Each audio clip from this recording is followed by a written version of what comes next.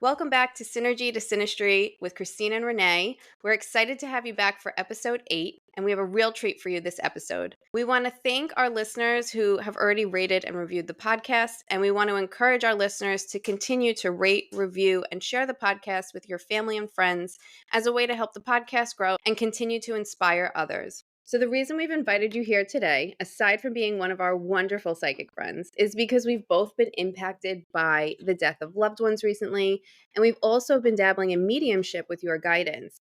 Today, we have our friend, Ocean. Ocean is a psychic medium and psychotherapist who loves unanswerable questions as well as questions with a lot of different answers. They help people heal through mediumship and other intuitive and spiritual practices. Ocean, thank you for joining. How are you feeling? Oh, I'm so excited. I love talking about mediumship and healing. So this is going to be so much fun. How did you get into mediumship? Okay. So I was working as a psychotherapist. I had a private practice, and I primarily treat people with anxiety, neurodiverse people, and queer people. Even though I loved my clients, I got really burnt out during the pandemic, like a lot of therapists. And I don't know where it came from, but I started just searching and I found a class. It took me, I want to say like 6 months before I really started feeling any energy, like other spirits. And so I was like, is this real? Because at that point, I was pretty agnostic, like leaning towards atheist. But I really feel like my soul was leading me here because my human self was like skeptical, but my soul was like, no, this is the journey. Let's keep going. And I meditated like an hour every day. When you first start, spirit will show themselves a lot more strong than they do later on. I started getting like full body energy bursts. I guess I don't know how to explain it, but just I knew that it wasn't me because the human body, I just had never experienced that. I knew that it was something else. And that scared me and like surprised me, but also made me want to keep going deeper. And that was like the start of really my pivot into mediumship as a career. And I think it's interesting that your soul knew where to lead you, even though your brain was like, I don't think this is it, blah, blah, blah. And your soul's like, no, let's keep going. Had you only had experiences and connecting with spirits after you started doing this work, or had you had instances prior to? I think at 14 was my first one where my grandma died like 7 years before that. Mediums who start when they're kids, it can be a little traumatic because then they're expected to like read for adults and it can be not the best for their development. But this was when I was aware of her starting to communicate with me. And then my grandfather died when I was 18. And after he died, he came like an hour later. I saw him with like all of my senses, and he wasn't talking with his mouth, but he was communicating with me that he was okay. That didn't scare me at all because these were my grandparents. Like, I don't know what it means, but great. Like, I know that they're doing well and that they're here with me. And then when I was 21, I was seeing them like how I would see a person in front of me. Like, they just appeared there, which was interesting, but I didn't know that it was different. I had a spirit like come and it scared me. I could tell that he was depressed. I could tell that something bad had happened to him, and I didn't know what he wanted. I didn't know why he was visiting me. I was like, if there's a God, please, I don't want to see any more spirits. Like, this is too scary. I don't know what they want. And I just didn't know what to do with it. I didn't know if they were trying to harm me. And so I like begged, like, please don't show me anything else. I actually didn't have any more experiences until I started this practice again in like 2019, 2020. The spirit world does listen. I think they care about what we want. I don't think they want to harm us. And now that I'm in this point, I see that that man that was coming through that scared me, I didn't know what I know now, which is that he just probably wanted me to communicate to a loved one for him, which isn't as scary when you think this is a real person in front of you who just wants our help. You had a spiritual contract. You said, nope, I am turning the faucet off. I am not into this. And it was only when you made the very intentional decision that you wanted to re-engage that the water's starting to flow again and you're reactivating your abilities and then able to expand them further. What is your favorite thing about mediumship? Two things. I think two things are tied. The first is that I get to feel glimpses of what their life was like. I had a man come through for his wife the other day, and they had lived a lifetime of marriage. They had been together for 50 years. And to feel the depth of that love and commitment and like a shared lifetime, like I'm 37, like I've been with my wife, for 5 years. That's nothing compared to like the depth of this emotion. And I was glimpsing it. Like I got to feel that for a second, which was so beautiful and profound. Oh, and the other thing I was going to say, the other thing it's tied for is that it's kind of like therapy because it's still healing. They come through for that person. They're not necessarily coming through for themselves because their journey in this lifetime has ended, but the person still there can heal from hearing something, whether that's like healing their grief or healing their pain or healing some trauma that that person has caused. Like it is just so beautiful how much this work can heal. How often when you're doing a reading do you find that being the, pun intended, medium for the healing, you actually receive some of that yourself? I would say every time, but one of my teachers is Eileen Davis, and she says that every time we interact with the spirit world, whether it's in meditation or it's with a reading for someone, we take a part of that with us. There's something changed inherently about us. And I don't know what it is sometimes. Like sometimes I'm visibly changed. I feel a change. I know a change. And sometimes I don't. My soul has changed in doing this work. I've become more loving, more understanding, and more open to new perspectives. I know Renee asked you what your favorite thing about mediumship is, but what is like the coolest thing that's ever happened, either in a reading or you just communicating with spirit on your own? Just something that totally blew your mind. I just think it blows my mind every time. It just trust a spirit to step forward, and then they do, and they start sharing things about themselves. And then the person validates it. They're like, yes, that's my dad, and that's exactly how he was, and that's a memory that I had with him. It's also really fun when you have like a family reunion and there's like 4 or 5 people there, and then it's like being in a room with like someone's whole family and getting to know them. It's so fun. Having all of these cool experiences with people who have passed on, people who have transitioned, is there anything that you've learned from them that you think we should know living our lives today? So in therapy, there's this idea of like someone who harmed us, we process it, we explore it, we heal ourselves with it, right? But there's no expectation of forgiveness. I would never say that as a therapist because it's just wrong. It's not kind. It's like you should not have an expectation to expect someone to do that work if they're not ready or if they don't want to. You should never like put that in their head. And also like coming from someone who was raised Catholic, like there's been guilt trips to forgive people who I don't want to forgive. Early on in my work, my maternal grandfather started coming through. You have to forgive your mom. And he said it like maybe 3 times to different mediums. And I would just leave being so mad. Forgive her for what? Like, which I knew what to forgive her for, but it just like triggered me. I would say like within the last year, my mom started coming through, apologizing and saying very specific things that she's sorry for. Something that like it touched my heart when I heard it. And it was just so real. I really started to do the work of forgiveness, and that has like changed me completely. And I would say if you are at a place to forgive, it can be immensely healing because subconsciously, right? We think that holding it will make it better or will make it not happen again or will protect us in some way, but it actually hurts us. That's something that I've just been thinking about lately is how much mediumship has helped me to forgive people who've hurt me and people who are living too.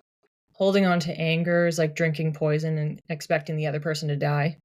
Yeah. It's almost Mhm. like that in a sense of, well, at a certain Yeah. point, you forgive not necessarily because you're letting them off or because they deserve one thing or another, but because it's a weight that you're carrying on your heart and on your spirit. And you could just be lighter and be more free in your day to day. If you have a spiritual practice or you feel moved to do this work, just like putting the intention out there, like help me learn to forgive, help me learn to move through this. And I don't have to accept this person back in my life. I don't have to say, oh, this person's a good person. You don't have to say anything, but just asking to be led to do this work if you're not ready, that's okay. And also at the same time, if you don't do it, what are the consequences? I always think it's so timely, the episodes that Renee and I record, because I was literally just talking to my therapist about a situation that I've been dealing with for a very long time. and figuring out why I was struggling to forgive the people who were part of this situation. In our last session, I was like, I'm going to do X. I don't know if I can forgive them, but I'm going to do X to start moving forward. And as soon as I did that, the next week, the people who were part of that situation came forward and acknowledged their wrongdoing in a situation that has been going on for years. I was blown away. I have chills from this entire conversation. So thank you for sharing all of that. Probably like 60% of readings that I do, the spirit does want to share their regrets. They want to ask for forgiveness. And it's just beautiful that you had that experience because some energy shifted, right? Like something happened. And that's how powerful we are too. So on the subject of regrets, came up with this question after listening to a podcast. It was discussing this extensive research study where they were talking to people like in hospice as they were going to the other side, or people that had near-death experiences and came back and collected a bunch of information.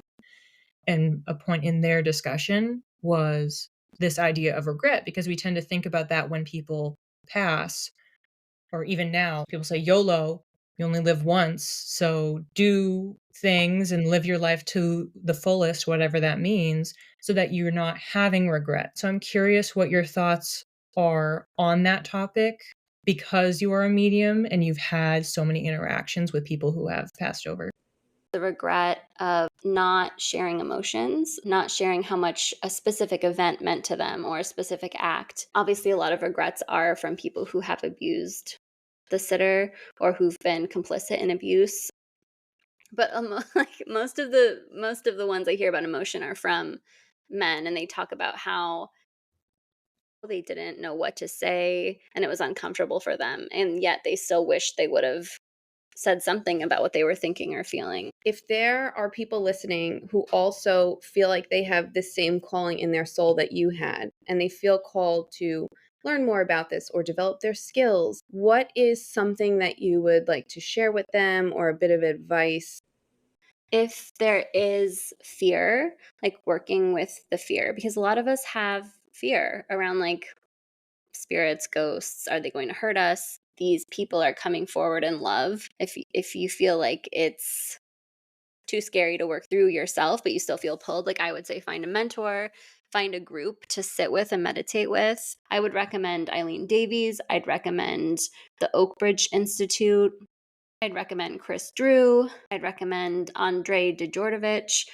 I think that those people are kind and they're helpful and loving mediums. And the third thing is personal development. So I think a big part of this work is learning how to be more loving, learning how to be non-judgmental, learning how to remove any bias you may have about certain groups of people. Because the more loving, the more kind you are, the easier it is to connect. That means like surrendering to the spirit, like surrendering and trusting that they have our best interest in mind, which can be hard if we have like religious trauma or if we have fear. So that's why I said the fear thing in the beginning, because it's just really hard to go deeper if you have fear. I know from personal experience that it limited me early on.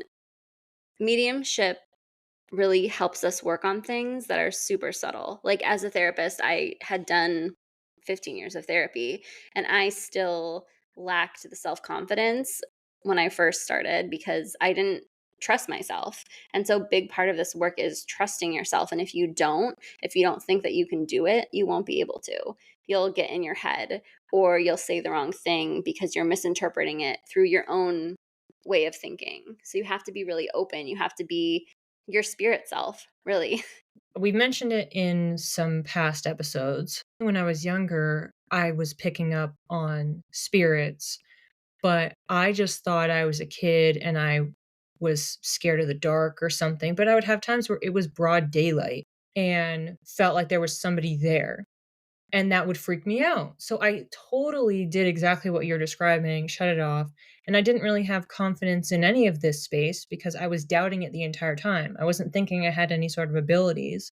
So now when I do experience that, because it still does happen to me, like as an example, the other day, I was coming up here just to get ready for bed.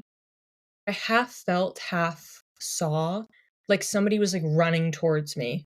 Anytime I get freaked out like that, I'm just like, my back must go against a wall. It's like I need to see around me. And so I'm in the stairwell and I just was like, oh, okay, somebody just ran at me and I'm standing there and I'm just trying to remind myself, okay, well, I'm in control here. And I just kept saying it like, you can't come and talk to me like this, or like, I don't know who you are. And then my sister, like, walked in and said something, and I got distracted, and it was like I snapped out of it, and then I felt okay. Christine was talking about this earlier, like, we're used to seeing the worst case scenario. There's an entire genre of ghost movies and horror and all this other stuff, so what I feel is I am washing my face, and then I'm gonna stand up, and then there's gonna be someone standing behind me, and that's how it feels. And part of that is just because we've seen those images and we've had that put in our minds, but it doesn't actually have to be scary. It's just a process in trying to feel like you're in charge. And I think that's what some of the confidence piece is. And I don't 100% have that with the spirit side. I do have people that come in, and I had connected with my granddad in that week after he passed in January, and that was really cool and comforting. It's like what you were saying with your relatives that have come forward, where you're just like, oh my gosh, this is so cool. I can't believe that they're here. And it's just amazing and reassuring to have that connection. Our mind loves to make sense of things. So if you are having these experiences where you're seeing or experiencing a spirit and you feel fear, your mind might be showing you something also to direct you in one way or the other. And that's not necessarily what the spirit is meaning. Mm, Like that spirit, I don't know what actually happened, but it could be someone that was just really excited to see you, or someone who liked running, right? Like we don't know because it could be anything, right? And so I mhm. think in those moments, if you can ground, if you can check in and get in like a place where you're expanding your energy and saying, "Okay, spirit, I'm here. What did you want to tell me?" I think that that could be a way to explore it. I then got in bed and I went to go sleep and I was remembering it again. And I just put out there, okay, whoever you are, if you want to communicate with me, you can try my dreams. Cause I always keep that open. Mm. If somebody is reaching out to me or with loved ones that have passed, that just is an open invitation. So I'll remind them periodically of, hey, if you have any messages, feel free to pop in.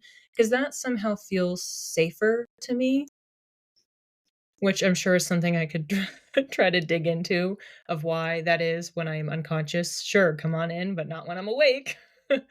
And I think it's just because 'cause I'm not used to it. And that's okay. That's your process of working in it and getting comfortable and exploring your connection with the spirit world. There's no, like, wrong way to do it, and you're not, like, doing professional mediumship readings for someone, like, you can have this space to explore and feel out what works for you, what feels good for you.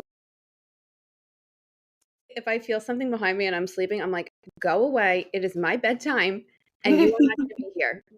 I don't even say, "Come talk to me in my dreams." I'm like, "I need to go to sleep." If anybody passes by my apartment, they randomly hear me yelling, like, "If there's a spirit here, like, you need to leave because my cats are getting worked up and we can't have this right now." So I am very direct with them as if they are right here. What has been your experience with receiving messages that aren't about love and regrets, but that are maybe darker? Oh, somebody come in and they're apologizing for an assault. Mhm. But have you seen images of murders or kinds of deaths, or have you gotten messages like that? And then what's the learning curve been with processing heavier stuff? My mom came through when I was going through a particularly hard time in my life, and I was using drugs to cope, and, she came through and, like, I just saw her face, and again, like, sometimes I'll just see faces and I'll know, like, what the communication is, and she led me through this scene where, I watched her do drugs, and she was like basically, like, the sentiment was like, "I'm watching you do drugs, now you watch me do drugs so you know what it feels like." Like, it was such a weird experience, and I've never had another spirit, like, talk to me like that or engage with me like that, but, it really changed my way of thinking and feeling, and I was like, "Wow, okay." the spirits really are there for us. They're watching us, they're helping us. I haven't had murder. I have had several people who have killed themselves, but I'm also like the kind of person that I'll get people with mental illnesses and I'll like know what it was and I'll know like what led them to killing themselves because I'm also okay with hearing darker things. I can go there. I'm not afraid to go there. I haven't had a murder or anything, but that would be interesting. You know how they have those people that search for like missing people?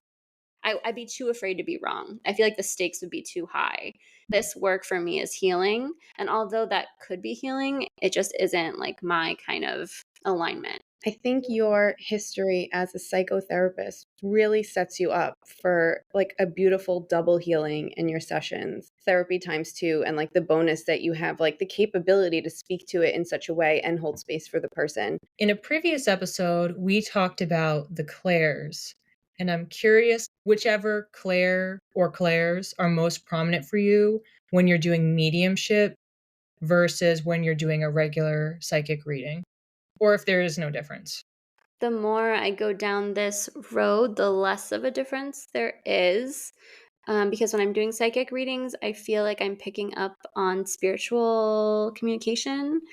I don't identify the person, but I am getting information through the spirit world at times. But I would say at this point, they all work together like a story. So I'm like immersed in a different world, which is really cool because when I first started, it was like only clairvoyance, and then it was clairsentience, and then, claircognizance, and they all kind of like were more staccato. At this point, it's like immersive where I experience everything all at one time.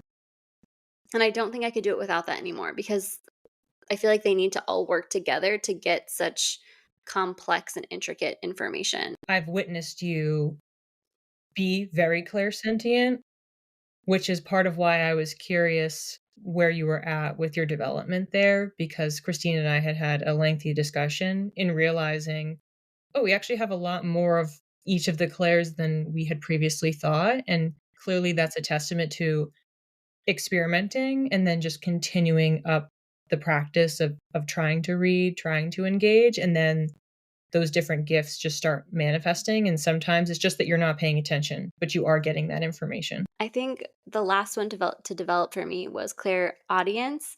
And it's just so wild to like suddenly hear something in your mind, right? Like it's so wild. It's like having a conversation with someone inside your head, but it's not you. So, Ocean, let's talk a little bit about death. I'm curious, have you heard the idea that death is peaceful and life is harder? Death is not really death because we're not really dying. We're alive in a different way. And some would say that's the real life. But I think that a big part of mediumship too is spirits will tell us about their dying process, about how they had this condition or this pain and how the sitter helped them. One time I was really fortunate to be with a woman and she showed me her dying process. So I got to kind of like experience it as much as you can without like an NDE. Go into the light and feel at peace. And then she was just in the other world. And it was a feeling of relief. It was a feeling of peace. It was a feeling of excitement, even. She was excited to die. She was excited to not be in pain anymore. And so it was just beautiful to be a part of that experience as much as you can without experiencing it. That's beautiful. And just for the listeners, an NDE is a near-death experience. All right, let's elevate the mood of this conversation and do some fun questions. So, Ocean, can you tell us what you're reading right now? Well, I am reading a Twilight fan fiction called Beyond Time, where it's a love triangle between Carlisle, Edward, and Bella, and Bella goes back in time to Edward's time. It's just wild. But I love fan fiction because they take like YA stories that we love and make them very adult. Like, I don't know. It's beautiful what these people come up with. It's so interesting how they like go deep with these characters and tell new stories. My mind is blown. Isn't Carlisle like Edward's quote unquote dad in Yes, he's Twilight? the dad. People watch the Twilight movies and they're like, oh, like, let's talk about Carlisle. Look how handsome he is. forget about Jacob. Let's have that be the love triangle. There's like Alice and Bella fan fictions, which I haven't read yet. Alice and Bella, I could see a little bit more than Carlisle. I think this is what I learned this week. I didn't even know this existed. All right, cool. And then just tell us and the listeners something that you're looking forward to in 2024. This could be anything. It doesn't have to be metaphysical related. You could be excited to get a root canal, which no one is. I'm excited about the new people who will come to explore their spirituality, because I feel like so many people are opening up to this world and their own souls. I'm just excited to like see how it can shift our world to have people who are getting in touch with their spirituality. That's great. So listeners, don't act like you're not impressed with our guest. Ocean, where can our listeners find you? I'm on Instagram at Oceans Soul Spa. And then my website is oceanssoulspa.com. And my email is oceanssoulspa@gmail.com. So just really Oceans Soul Spa. We'll link that in the show notes for all of our listeners.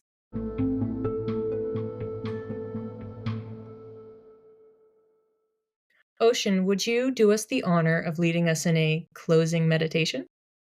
Of course. So I think that I'll do just a brief sitting in the power meditation. So this can help listeners connect with their own spiritual power, which will help them in their communication and connection with the spirit world. So let's just begin by taking a few deep breaths in through your nose and out through your mouth. Feeling supported by your chair or your couch. And taking a moment to connect with your inner being, your own soul. And some people find the feeling of this between their heart and their solar plexus. So that would be right above the belly button. And there's no right or wrong way to locate it, just knowing that you have this inner spirit inside you. And feeling into that space. And imagining or knowing that it is expanding to the edge of your physical body, filling you with light, filling you with your own energy, and just noticing what that's like. Moving to expand further beyond the edge of your physical body, expanding more and more until your energy is filling the entire room that you're in. Noticing how it feels to be expanded in this way, growing, expanding,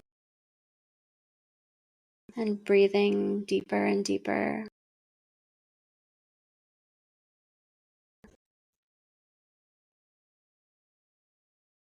Finding a white light, either by knowing that it is within you or seeing a white light and bringing it into your body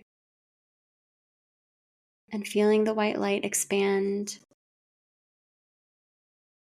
And in this moment, you can call in your guides, you can call in your higher power,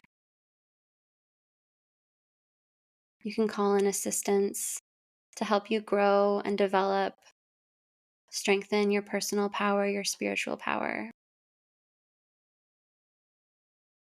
And just allow any sensations to happen.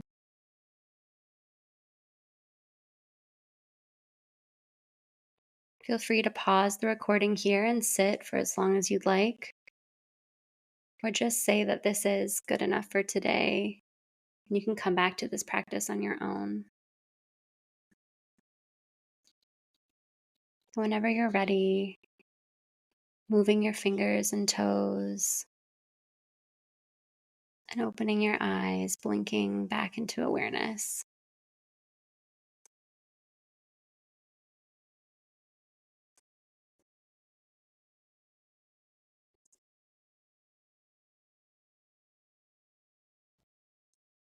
I loved that.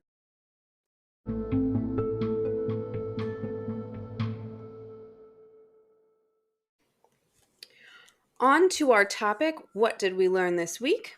I'm going to go first because I'm really excited about mine. I went to a cooking class last night, and they taught us how to make pizza. But more importantly, they taught us how to make hot honey, which is going to save me thousands of dollars in hot honey purchases. So, and we were talking about this in class last night, and we think it really is a New York thing, but it's basically honey infused with spicy peppers, and then you drizzle it over pizza. So, I like Emmy Squared. They make a nice pepperoni spicy pizza, and they drizzle this hot honey over the top of it, and it's just like chef's kiss. So, how to make hot honey? You take a pan, and it doesn't need to be a nonstick pan. I asked the chef. You pour your honey into it, and then you add in your spice. So that could be red pepper flakes, red chili pepper flakes, cayenne pepper, gochujang, and then a little bit of apple cider vinegar, like a splash of it. Mix that all together, and then just let it sit on the stove for at least 10 minutes so everything can infuse. And then, you take it off, you let it cool, and you have hot honey. And the longer it sits together, so if you make it day 1, it's not going to be as spicy as it's going to be by day 10. So if you make it, let it sit, and you really want a lot of spice, like day 10, you're going to get like the spiciness that you're looking for. So you're welcome. I love how this is secretly a food podcast because of how often food comes up at the end of these episodes. It's all me. I think my life revolves around food. Okay. What I learned this week, anybody who watches The Bachelor, do you watch The Bachelor? I don't. Are you familiar with the concept? Yes, I have watched some seasons, but this season is Joey, right? Yes, it just ended. I didn't love Joey in the last season. That's why I didn't watch. I'll just say this. I think you just broke up with me. Joey, hands down, is the best bachelor they've ever had. Okay, I'm sorry. I take that back, Joey. Maybe I need to watch your season. I won't spoil the ending for anyone who hasn't watched it, but I digress. So I just learned, for those of you who've seen the show, and in his season in particular, they started out with 32 women on the first night. I've been watching this show for years, off and on, and always have wondered, how on earth do they rattle the names off? Because they're handing the roses out in the ceremony. I'm like, they must be doing something in here, but I've never heard what the process is until this week. What they do is the lead, so the bachelor or the bachelorette, whoever it is, they do it in batches of 4 names. So they'll go out to the group, they'll have already talked with the producers, so clearly they have people that they like, and then there's the rest, which who knows to what degree they even remember. And they bracket it. So then they have groups of 4, so then all they have to do is memorize 4 names at a time. And then they leave the room. So they keep doing this process back and forth, because I've heard over the years, the rose ceremonies take forever. And I've always wondered, why does it take forever? I mean, yeah, at the beginning they're listing off 20 names, but that can't take that long. But if it's 20 names, that means that's 5 groups of 4. So the lead keeps leaving the room, having to get the new names, come back in. So you're standing there in suspense for even longer than what we're seeing on TV. So I was really happy to finally get that information, because I have been curious about that for years. I feel like these reality shows are like a real mind fuck for people, and now knowing how long the rose ceremony can take when you're trying to figure out whether or not you're staying or going, and you're already trying to build a romantic connection with someone, it makes sense why these people sometimes seem so overly emotional on the show. We're seeing these little snippets, but they've been there for so long. That is wild. I've learned something today too. I've learned something this episode. I mean, and we learned a lot of things in the conversation with Ocean, so this was a prime day for learning for us. Yeah.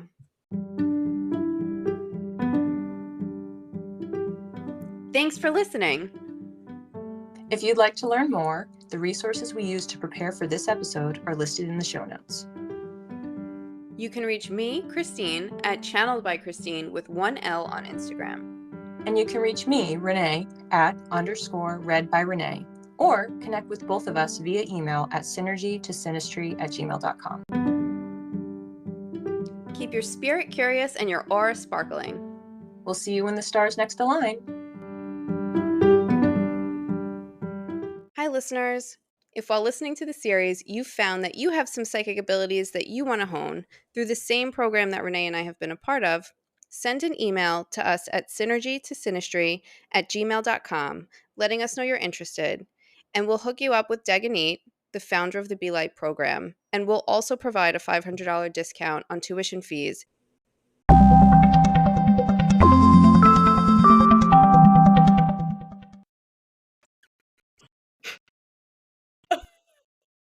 What's everybody doing? Also, I was noticing this, that all of us have, they're not the same exact glasses, but we also have a pretty similar look going on here with our light glasses. I was like, we're triplets over here. I love it.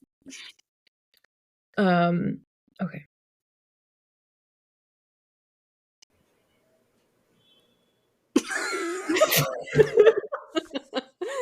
I almost had it. Okay. Okay. Have you heard of these catisfactions? No, what is that? Rochelle, my wife, and I, we walk around feeding stray cats. Cat food is a high value treat to crows. And so you can basically become friends with a murder of crows by giving them cat treats, and they'll like bring you trinkets. I have to tell my dad this because he feeds everything. Like, my parents have a menagerie of animals that they feed, but they have a bunch of birds and they already have cat treats because they are feeding cats. So cats, raccoons, possums. If a turtle walks up, I won't be surprised. But yeah. My gosh, that sounds so cute. Yeah. Oh yeah, gotta see, especially the raccoons with their little hands and they're like, Oh my god. They're so cute. they like wash their hands first and then they're like, they're so cute.